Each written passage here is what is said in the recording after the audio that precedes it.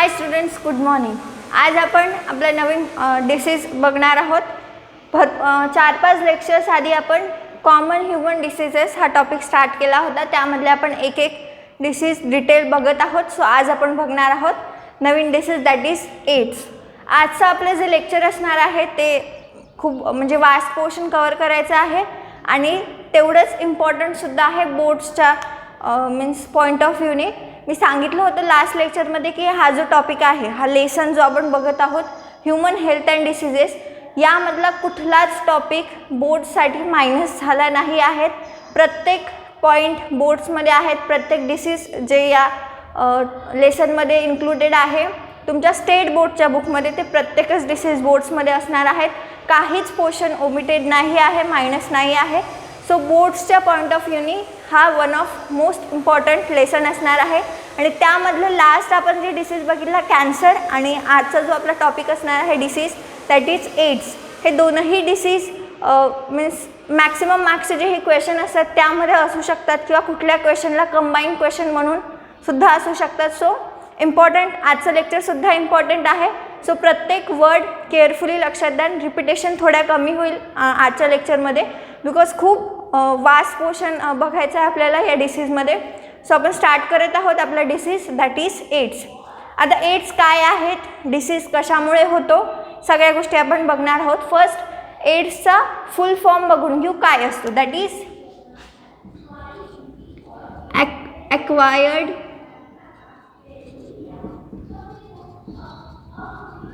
Immuno deficiency syndrome.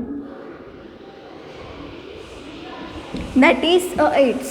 Acquired immunodeficiency syndrome, that is stands for AIDS. So its a long form काय आहे, acquired immunodeficiency syndrome. हा एक fatal illness आहे. आता fatal illness means what, that is the AIDS disease is fatal illness. Means हा असा disease आहे की याची लास्ट स्टेज, या डिसीजच्या इन्फेक्शनची जी ही लास्ट स्टेज असते त्या लास्ट स्टेजमध्ये जो इन्फेक्टेड पर्सन आहे त्याची डेथ होते. मीन्स या डिसीजची last stage is a death. That is why it is known as fatal illness. So first is long form, then short point that is fatal illness. आता हा जो डिसीज आहे हा कुठल्या इन्फेक्शननी होत असतो किंवा रिझन काय आहे या disease होण्यामागचं, that is there is one virus which causes AIDS disease, that is त्याचं कॉमन नेम आहे रेट्रोव्हायरस अँड पर्टिक्युलर नेम जर बघायचं झालं त्या व्हायरसचं दॅट इज HIV.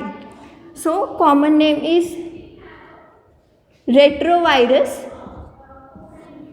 आणि त्याचं पर्टिक्युलर नेम आहे HIV. आता HIV हा शॉर्ट फॉर्म झाला, याचा लॉंग फॉर्म काय आहे, that is human immunodeficiency virus.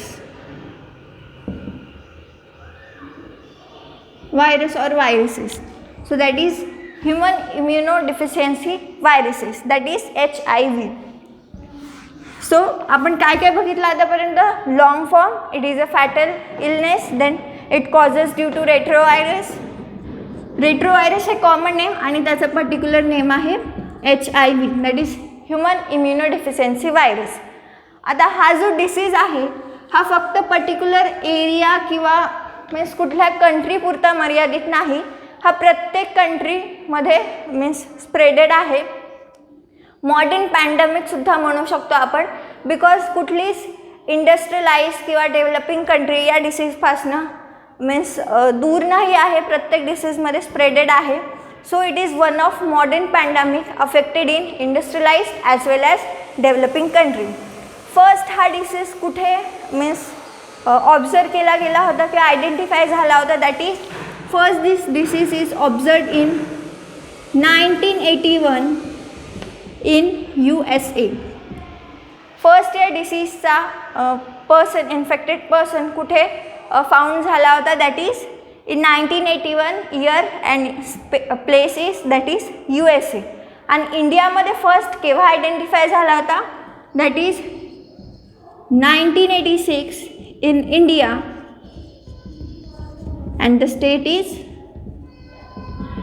Tamil Nadu. हे 2 पॉईंट्स MCQs अँड कॉम्पिटेटिव्ह एक्झामच्या पॉईंट ऑफ व्ह्यूने लक्षात ठेवा. That is in 1980 first patient जो ऑब्झर्व झाला होता that is in 1981 in USA and then आपल्या इंडियामध्ये कधी आयडेंटिफाय झालं that is 1986 in state Tamil Nadu. So आता आपण डिसीजबद्दल बघितलं.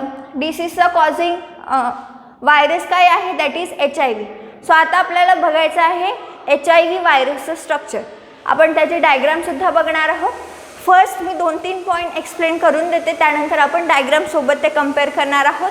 सो HIV व्हायरस याची जी डायामीटर आहे दॅट इज 100 to 140 nm.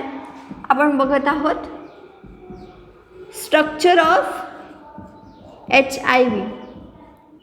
आतापर्यंत आपण कुठल्याच डिसीजच्या व्हायरसचं असं स्ट्रक्चर स्टडी केलं नाही, बट या डिसीजचं आपण व्हायरसचं स्ट्रक्चर का स्टडी करत आहोत बिकॉज या डिसीजचा व्हायरस मीन्स डिसीजपेक्षा इम्पॉर्टंट हा व्हायरस आहे. याची कॉजेस सिम्पटम्स स्ट्रक्चरसुद्धा तुम्हाला बोर्ड्समध्ये विचारल्या जाऊ शकतात, त्याची डायग्रामसुद्धा विचारल्या जाऊ शकते. सपोज कंप्लीट क्वेश्चन न विचारता त्यांनी फक्त describe a diagram of describe the structure of HIV virus only diagram, तिथे ओनली डायग्राम मेन्शन असेल दॅट मीन्स तुम्हाला फक्त डायग्राम काढायची आहे. जर तिथे ओनली डायग्राम मेन्शन नसेल तर तुम्हाला डायग्राम प्लस सम पॉईंट्स, आता ते पॉईंट्स मार्क्सवर डिपेंड असणार. 2 मार्क्सचा क्वेश्चन आहे तर डायग्राम प्लस 5-6 पॉईंट्स सफिशियंट आहे. 3 मार्क्सचा क्वेश्चन असेल तर diagram plus more than 8 points वगैरे तिथे एक्सपेक्टेड असणार. सो मार्क्स किती आहे यानुसार पॉईंट लिहायचे आणि त्यानंतर ओनली डायग्राम मेन्शन असेल तर डायग्राम काढायची, ओनली डायग्राम नसेल मेन्शन तर डायग्राम प्लस एक्सप्लेनेशन. सो आपण बघत आहोत स्ट्रक्चर ऑफ HIV व्हायरस. त्याची डायमीटर असते 100 to 140 nm. It is spherical in shape, spherical shape असतो व्हायरसचा. त्यानंतर आता व्हायरसमध्ये त्याचं जे मी इथे डायग्राम मेन्शन करील आपण त्याच्यासोबत कम्पेअर करून बघणार आहोत. फर्स्ट काही पॉईंट शॉर्ट आयडिया म्हणून लक्षात घ्याल की तिथे 2 ssRNA मॉलिक्यूल प्रेझेंट असतात. व्हायरसचा जो ही सेंटर आहे त्या सेंटरमध्ये 2 ssRNA मॉलिक्यूल्स प्रेझेंट असतात. याच मॉलिक्यूलसोबत एक एन्झाईमसुद्धा प्रेझेंट असतं that is reverse transcriptase enzyme. 2 ssRNAचे molecule plus reverse transcripted enzyme हे त्याच्या सेंटरमध्ये प्रेझेंट असतं. आता हे दोन्ही जे आहेत that is enzyme plus 2 molecule of RNA they are protected by 2 protein layers. 2 प्रोटीन्सच्या लेयर्सनी हे कवर्ड असतात, प्रोटेक्टेड असतात. त्या लेयर कुठल्या आहे that is first is that is matrix protein layer, ही आउटर लेयर असते.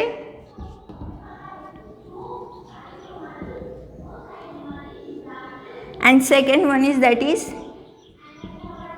Capsid protein layer, it is inner layer. आता या लेयर्सला असं मीन्स पर्टिक्युलर एक नॉमेनक्लेचर म्हणू शकतो आपण, ते आहे that is P17 and P24. Let me correct it. That is yes that is P17 and P24. Yes that is P17 and P24. यानंतरही तुम्हाला असे नॉमेनक्लेचर असणार आहे म्हणून हे मी कन्फर्म करून घेतलं की बरोबर आहे की नाही, चुकायला नको. नाही तर मी इथे रॉंग राईट करणार, तुम्हीसुद्धा तिकडे रॉंग समजणार. सो दॅट्स मी करेक्ट करून घेतलं. ते 2 लेयर्स असतात that is matrix protein layer, it is a outer layer आणि हे डिनोट केल्या जाते that is P17 and second layer is capsid protein layer, it is a inner layer and it is denoted by P24. आता competitive एक्झामच्या point of व्ह्यूनी suppose इथे हे कुठलंच नाव mention नसणार, फक्त P17 P24 असणार. सो कन्फ्यूज नाही व्हायचं. P17 is a outer layer and P24 is a inner layer. That is जो लहान जर आठवणीत ठेवायचं असेल तर एक ट्रिक आहे की जो लहान नंबर आहे तो आउटर साईडनी प्रेझेंट आहे आणि जो मोठा नंबर आहे तो इनर साईडनी प्रेझेंट आहे. So that is P17 is a outer layer and P24 is a inner layer. So that is general information about structure of HIV virus. तर यानंतर आपण डायग्राम बघणार आहोत. ते मी डायग्राम प्लस एक्सप्लेनेशन तुम्हाला समजून सांगते. सो आपण आता डायग्राम बघू. So now that is structure of HIV virus. आता हे काय आहे, स्ट्रक्चर आहे तुमच्या टेक्स्टबुकमध्ये, जे स्टेट बोर्डचं टेक्स्टबुक आहे तुमचं त्यामध्ये कंप्लीट डायग्राम मेन्शन आहे स्ट्रक्चर ऑफ HIVची. तर ही डायग्राम काढली आपण, पेपरमध्ये सुद्धा ही गोष्ट लक्षात ठेवायची की डायग्राम काढल्यानंतर डायग्रामच्या डाउनवर्ड साईडला डायग्रामचं नाव काय आहे. जरी तुम्ही क्वेश्चन लिहिला असेल की स्ट्रक्चर ऑफ HIV आहे, बट तरीसुद्धा खाली नाव मेन्शन करायचं, that is figure of HIV और स्ट्रक्चर.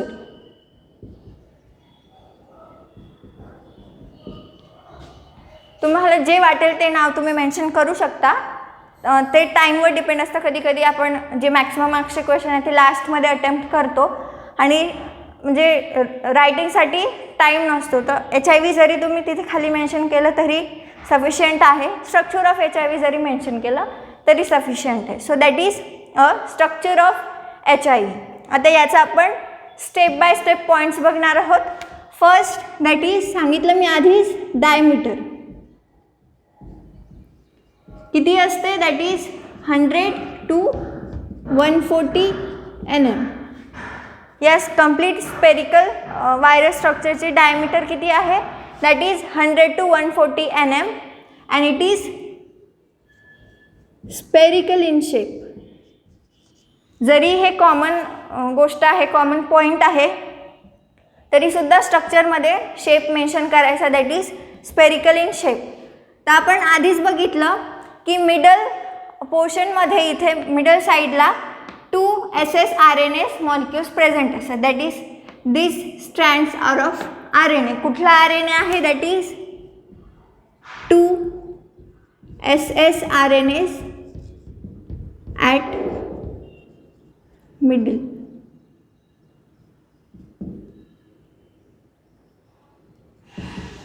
ॲट मिडल साईडला 2 ssRNAs प्रेझेंट आहे. मिडल आपण कंप्लीट मिडल नाही म्हणू शकत त्याला, बिकॉज ते ॲट अ सेंटर.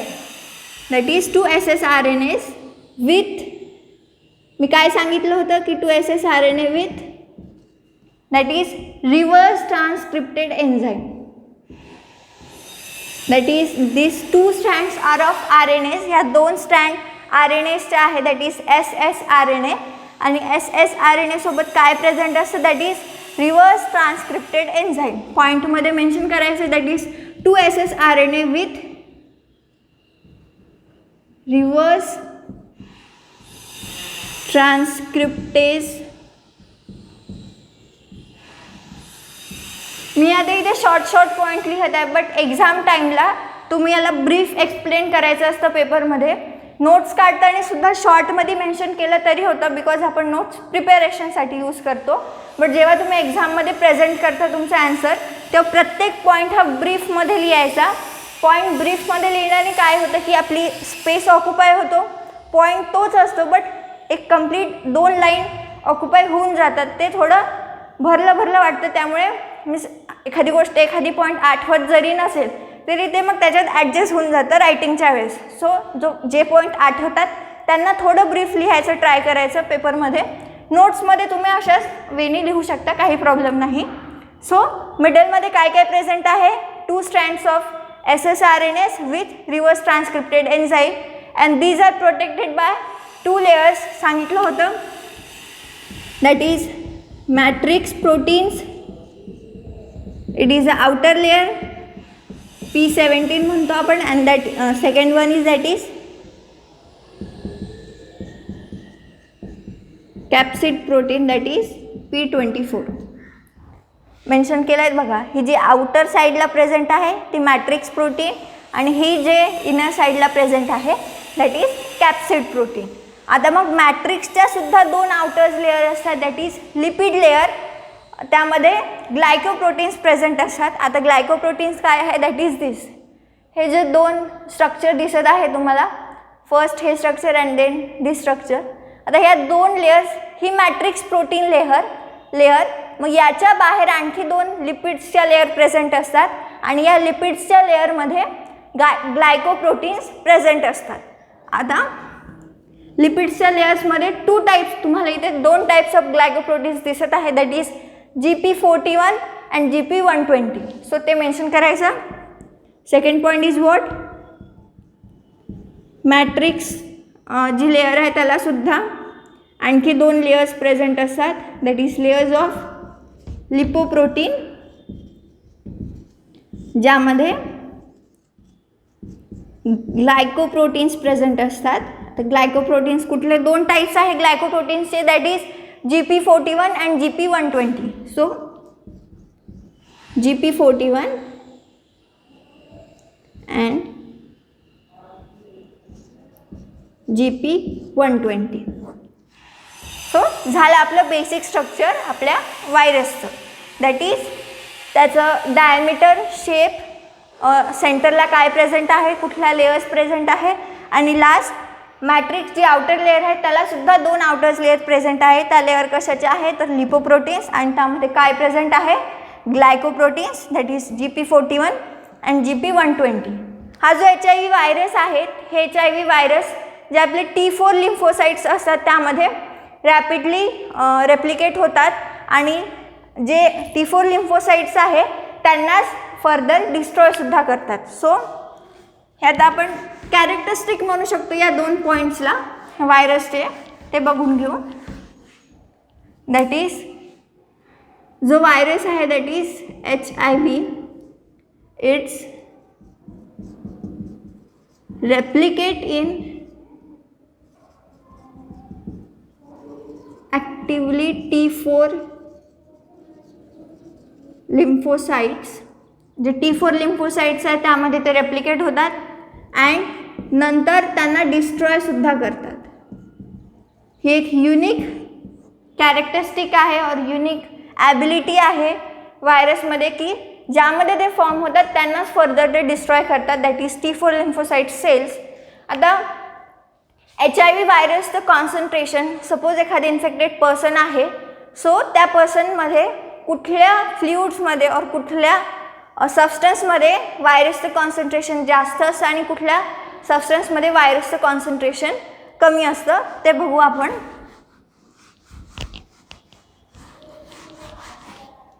सो पहिले ज्या सबस्टन्समध्ये ज्या फ्लुइड्समध्ये व्हायरसचं कॉन्सन्ट्रेशन जास्त असतं ते आपण नोट करून घेऊ. That is first is blood, then semen and CSF. So या तीन फ्लुइड्स असे आहेत ज्यामध्ये व्हायरसचं कॉन्सन्ट्रेशन जास्त असतं इन्फेक्टेड बॉडीमध्ये, that is blood, semen and CSF, that is cerebrospinal fluid. So या तीन फ्लुइडमध्ये कॉन्सन्ट्रेशन जास्त असतं आणि लेसर एक्सटेंट कुठे असतं, that is tears, saliva, milk, cervical और vaginal secretion.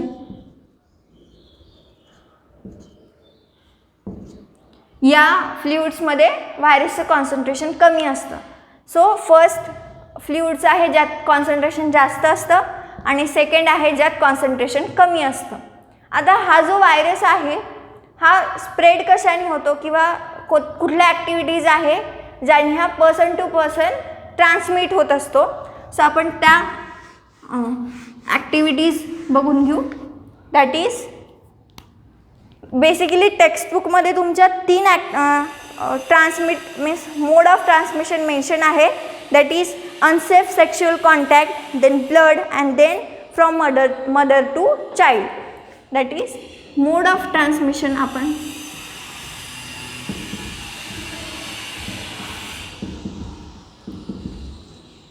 First is that is unsafe sexual contact. Second one is that is a blood. तर ब्लडमधनं कसं होतं की एखादी पर्सन ब्लड डोनेट करत आहे किंवा मग सिरिंज जी असते इंजेक्शनची सिरीज और आपली जे सलाईन वगैरे असते त्याच्या ज्या सिरिंज असतात त्यामधनं सुद्धा ट्रान्समिशन होऊ शकतं. आताच्या पिरियडमध्ये या सगळ्या गोष्टींनी ट्रान्समिशन होत नाही. या सगळ्या गोष्टी आधी मीन्स पास्ट इराजमध्ये होत होत्या जेव्हा सिरिंज प्रॉपरली डिस्पोज केल्या जात नव्हत्या त्या टाईमला या सगळ्या गोष्टी व्हायच्या. आता सध्या याने ट्रान्समिशन मीन्स नाहीच होत असं आपण म्हणू शकतो. So that is blood. First is unsafe sexual contact, then blood, and then third one is from mother to child. आता फ्रॉम मदर टू चाइल्डमध्ये 2 मोड ऑफ ट्रान्समिशन असतात. First is from blood circulation. जेव्हा foetus मदरच्या ओममध्ये present असतो तेव्हा त्या दोघांमध्ये ब्लड सर्क्युलेशननी ब्लड एक्सचेंज होत असतं. त्या टाईमला जर सपोज जी मदर आहे ती इन्फेक्टेड असेल व्हायरसने तर त्या टाईमला ब्लडमधनं ते बेबी फीटसमध्ये ट्रान्सफर होतं. आणि सेकंड आफ्टर बर्थ जेव्हा ब्रेस्ट फीडिंग होते मिल्क त्या बेबीला दिलं जातं त्या टाईमला मिल्कमधनं सुद्धा ट्रान्समिशन होऊ शकतं. So that is a mode of transmission of this disease.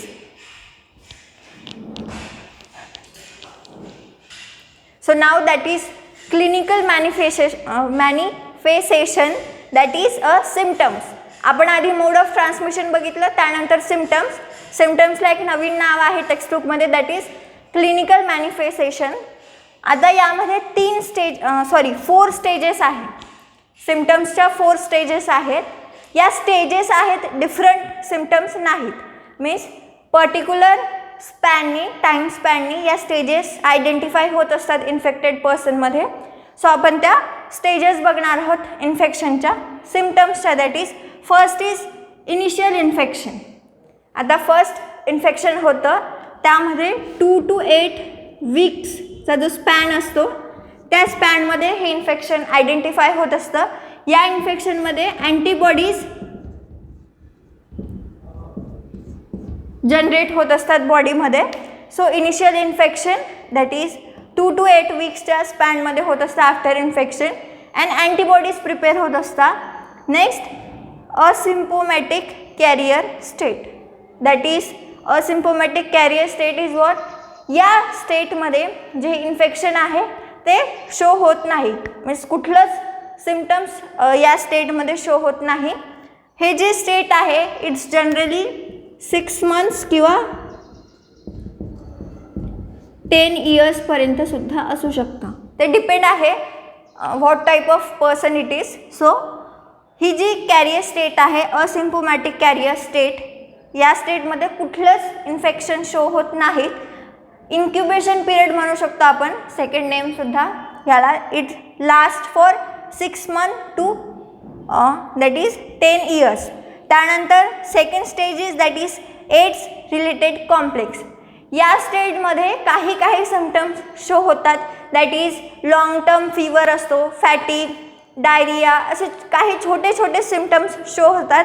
तुमच्या टेक्स्टबुकमध्ये काही सिम्पटम्स मेन्शन आहेत ते मी सांगते. That is recurrent fever for longer than 1 month, fatigue, unexplained diarrhoea, night sweat, shortness of breath, loss of more than 10% of body weight. हे काही छोटे symptoms आहे जे या पिरियडमध्ये शो होतात. That means after 6 to 10 years नंतर जो टाईम स्पॅन चालू होतो सिम्पटम्सचा that is AIDS related complex. या स्पॅनमध्ये हे काही स्मॉल सिम्पटम्स शो होतात.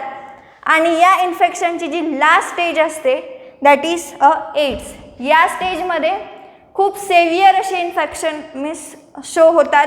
निमोनिया, ट्युबरक्युलोसिस, देन टेक्स्टबुकमध्ये मेन्शन आहेत सार्कोमा. हे जे काही सिम्पटम्स आहेत हे लाईफ थ्रेटनिंग असतात. दॅट मीन्स ही जी स्टेज आहे एड्स ही जी 4th स्टेज आहे इन्फेक्शनची ही लास्ट स्टेज असते. यानंतर त्या पर्सनची डेथ होतं. मी आधी सांगितलं AIDS is a fatal illness. That means after completion of its infection तो पर्सनची डेथ होत असते. So that is a last stage. या स्टेजमध्ये जे ही लाईफ थ्रेटनिंग सिम्पटम्स आहे निमोनिया, ट्युबरक्युलोसिस, सार्कोमा हे सगळे सिम्पटम्स शो होतात. अँड ॲट लास्ट जो इन्फेक्टेड पर्सन असेल त्याची डेथ होत असते. So that is a symptoms. यानंतर या हे जे काही डिसीज आहे याच्या काही प्रिकॉशन्स आहेत. तुमच्या टेक्स्टबुकमध्ये प्रिव्हेन्शन मेजर म्हणून मेन्शन आहेत. तुमच्या टेक्स्टबुकमध्ये बेसिकली 7 पॉईंट्स मेन्शन आहेत. ते खूप इझी पॉईंट्स आहेत, त्यामध्ये खूप वर्ड टू वर्ड एक्सप्लेन करण्यासारखं काहीच नाही. सो आपण एक वेळेस ते रिवाईज करून घेऊ. दॅट इज फर्स्ट इज जेही हाय रिस्क पीपल आहेत त्यांना या व्हायरसच्या ट्रान्समिशनबद्दल एज्युकेट करणे. आता आपण या व्हायरसचं ट्रान्समिशन बघितलं होतं की कसं होतं. दॅट इज 3 पॉईंट्स होते ट्रान्समिशनचे. त्याच 3 पॉईंट्सने ट्रान्समिशन होतं. त्या व्यतिरिक्त कुठल्याच वेनी ट्रान्समिशन होत नाही. सो काही या डिसीजबद्दल काही रूमर्ससुद्धा आहेत, काही मिसकन्सेप्शनसुद्धा आहेत आपल्या सोसायटीमध्ये. दॅट इज जर इन्फेक्टेड पर्सन जर आपल्या समोर जरी असेल तर इन्फेक्शन होतं, किंवा त्याने एखादी गोष्ट टच केली आणि तीच गोष्ट दुसऱ्या एखाद्या पर्सनच्या कॉन्टॅक्टमध्ये आली त्याने इन्फेक्शन होतं बा, असं काहीच नाही आहे. टचिंगनी किंवा नॉर्मल ॲक्टिव्हिटीजनी इन्फेक्शन स्प्रेड होत नाही या डिसीजचं. या डिसीजचं इन्फेक्शन फक्त 3च वेनी स्प्रेड होतं. That is unsafe sexual contact, then blood and then from mother to child. हे 3च वेज आहेत ट्रान्समिशनचे. त्या व्यतिरिक्त कुठल्याच वेनी ट्रान्समिशन होत नाही. सो ज्याही मिसकन्सेप्शन्स आहे that are just a rumours. त्याच्या मीन्स त्यात कुठलंही ट्रूथ नाही आहे. ट्रान्समिशन कुठल्या 3 वेजनी होतं ते आपण मोड ऑफ ट्रान्समिशनमध्ये बघितलं. सो नाव prevention and measure. So 7 prevention and measures आहेत. दॅट इज जेही हाय रिस्क पर्सन आहे त्यांना या डिसीजबद्दल, या व्हायरसबद्दल एज्युकेट करणं. नेक्स्ट ज्याही नीडल्स सिरिंज आहे त्यांना प्रॉपरली डिस्पोज करणं. हे जे काही नीडल्स सिरिंज ट्रान्समिशन आहे हे आधीच्या खूप अर्ली पिरियडमध्ये होत होतं, जेव्हा तेवढं अवेअरनेस नव्हतं या डिसीजबद्दल. बट आता कुठल्याच हॉस्पिटलमध्ये असं इररिस्पॉन्सिबली नीडल्स सिरिंज यूज केल्या जात नाही. नवीनच नीडल्स सिरिंज यूज केली जाते प्रत्येक पेशंटसाठी. सो आता ते सगळे अवेअर आहेत आणि जे पर्सन्स अवेअर नसेल त्यांना अवेअर करणं, that is a preventive major.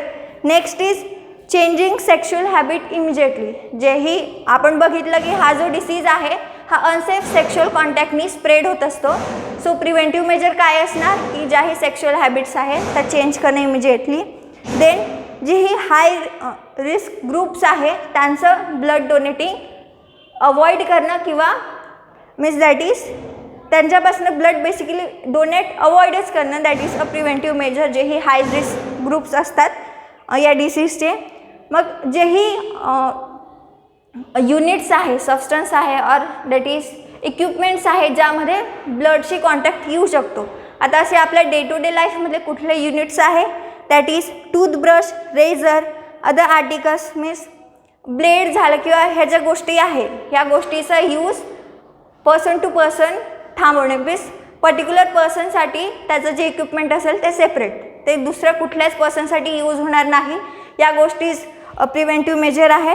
Then 6th one is that is जेही ब्लड रिसीव्ह होणार ब्लड डोनेशन नंतर त्याची आधी टेस्ट करणं, त्यानंतरच ते ब्लड कुठल्याही पर्सनला, पेशंटला देणं. That is a preventive measure. Next जेही रुटीन स्क्रीनिंग आहे, जेही ब्लड डोनेट करतात, ब्लड रिसीव्ह करतात, त्यांची रुटीन स्क्रीनिंग करणे. कधी कधी आपलं लक्ष नसतं बट इरिस्पॉन्सिबली काही ट्रान्समिशन होऊन जातात ब्लड डोनेशनच्या टाईमला वगैरे. त्या टाईमला त्यांची स्क्रीनिंग केल्याने आयडेंटिफाय होतो तो disease. So that is preventive measures for this disease. त्यानंतर प्रिव्हेंटिव्ह मेजर्स बघितले, त्यानंतर आपले 2 पॉईंट्स राहिले या डिसीजचे. That is a diagnosis and treatment. Particular या डिसीजची ट्रीटमेंट नाही आहे. ह्या ज्या काही ट्रीटमेंट दिल्या जातात त्या पेशंटला, त्या ट्रीटमेंट फक्त त्या पेशंटची लाईफ स्पॅन इन्क्रीज करण्यासाठी असतात. फायनल और पर्टिक्युलर या डिसीजची ट्रीटमेंट अजूनही इन्व्हेंट झाली नाहीत. ज्याही मेडिसिन्स त्यांना प्रिस्क्राईब केल्या जातात त्या फक्त त्या पेशंटची लाईफ स्पॅन इन्क्रीज करण्यासाठी और ज्याही लाईफ स्पॅन आहे तो बेटर करण्यासाठीच असतात. सो टेक्स्टबुकमध्ये 2 डायग्नॉसिस ट्रीटमेंट मेन्शन आहे तुमच्या. That is first is ELISA and second one is that is western blot. आपण बघून घेऊ त्या. मी इथे जेही शॉर्ट पॉईंट्स मेन्शन करत आहे आय होप तुम्ही सगळे नोट डाऊन करत असाल और आयदर स्क्रीनशॉट घेत असाल या पॉईंट्सचा, बिकॉज काही स्टुडंट्सनी नोट्स कशा प्रिपेअर करायचा किंवा नोट्स प्रोव्हाइड करा असे काही कमेंट्स मध्ये सांगितलं आहे.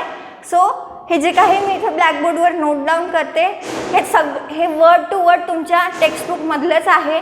आणि मी आधीच सांगितलं की बायोलॉजीची फर्स्ट प्रिपरेटरी बुक कुठली यूज करायची असेल तर that is your state board textbook. ते आयडियल बुक आहे तुमच्या प्रिपरेशनसाठी.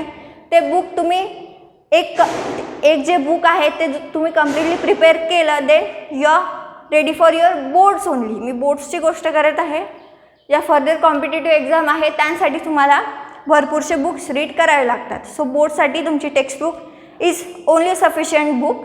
सो आपण कुठे होतो दॅट इज लॅबोरेटरी डायग्नॉसिस और आयदर डायग्नॉसिस. 2 टेस्ट आहे.